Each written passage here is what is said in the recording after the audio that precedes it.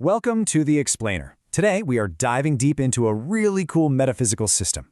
We're going to talk about a world that isn't just built on what you can see and touch, but on fundamental elemental energies that you can actually sense, understand, and, yeah, even control. So, let's get right into it. So, just imagine for a second, that feeling of heat from the sun or the push of the wind, even the light that lets you see this right now. What if those weren't just random things happening? What if they were actually the tangible imprints of powerful, invisible elements? And look, this isn't just a fun thought experiment. It's the whole foundation for a world built on these unseen energies. A world where reality itself has a language, you know? You just have to learn how to read it. And that entire language, it starts with one simple word: wave. And no, we're not talking about waves in the ocean. In this world, a wave is basically an energetic after effect. So think about it. You can't see the element of wind itself, but you can for sure feel its kinetic force pushing against you. You can't see the element of fire, but you can feel its heat. Well, that sensation, that's the wave. It's the proof that this hidden machinery of the world is always at work. And as you can see, it's all incredibly consistent. Each of the core elements pumps out a specific, corresponding type of energy. Fire, that gives you heat. Earth, it's putting out magnetic energy, and on and on. The big takeaway here is that the universe isn't random at all. It follows a clear set of rules. It's this raw energy that actually creates the wave we can feel. And that, my friends, is the fundamental physics of this reality. Okay, so we've got these huge universal laws and all this elemental energy just flowing through the world. But where do we fit in? How does that connect back to a single person? Well, this is where it gets really cool, because we're about to go from this big universal power to something deeply personal, a unique signature. So the way this works is that every single person is born with something called an elemental affinity. The absolute best way to think about this is like a natural talent. You know, some people are just naturally gifted at music or they're amazing at math. It's the same idea here. People have an inherent knack, a built-in capacity for a specific element. It's basically your starting point, the raw material of who you are on an elemental level. But here's where we get a really crucial distinction. Your affinity, that's what you can do. It's your raw talent. But your wavelength, that's how you do it. So you could have two people who both share a fire affinity. But the way they use it, their style, their unique application, is going to be completely different. It's literally the difference between knowing how to play the notes on a piano and actually being a composer. And the source material just gives us this perfect analogy that absolutely nails it. Think of your affinity like having fingers. It's a common trait, right? Lots of people have it. But your wavelength, that's your fingerprint. It is an utterly unique signature that defines your personal expression of that elemental power. No two are ever the same. It's yours, and yours alone. And get this, these personal wavelengths are channeled through special tools called sigils, which makes the bond between a person and their element incredibly deep. Just let that sink in for a second. Wielding your power isn't just learning a skill. It's a direct extension of your very identity. It's like you're expressing a piece of your soul.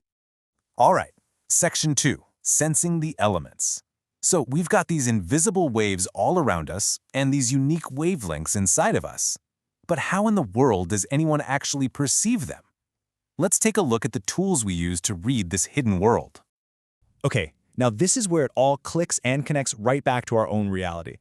The idea here is that our 5 basic senses are essentially natural tools that have evolved for one specific purpose: to detect certain kinds of waves. Your eyes don't just see, they are biological instruments that are built to interpret light waves. Your ears, they're just processing sound waves. Our entire sensory experience of the world is literally built on reading these elemental imprints. But, and this is a big but, there's a huge difference between how we perceive things and how a machine does. A camera, for example, it can capture one part of a light wave, an image, but it has zero context. It can't learn or grow.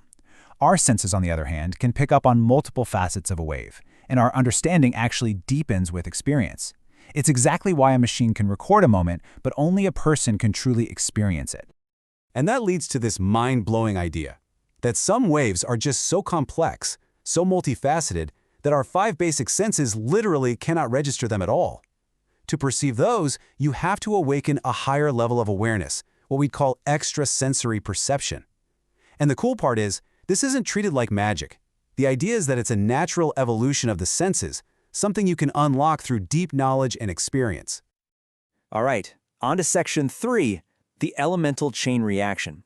Because here's the thing, none of these elements just exist in a vacuum.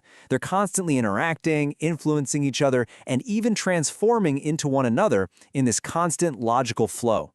Let's see how that works. So, the key concept here is something called prerequisitory waves. Yeah, it's a bit of a mouthful, but the idea is actually super simple. It just means that for some waves to show up, other waves have to come first.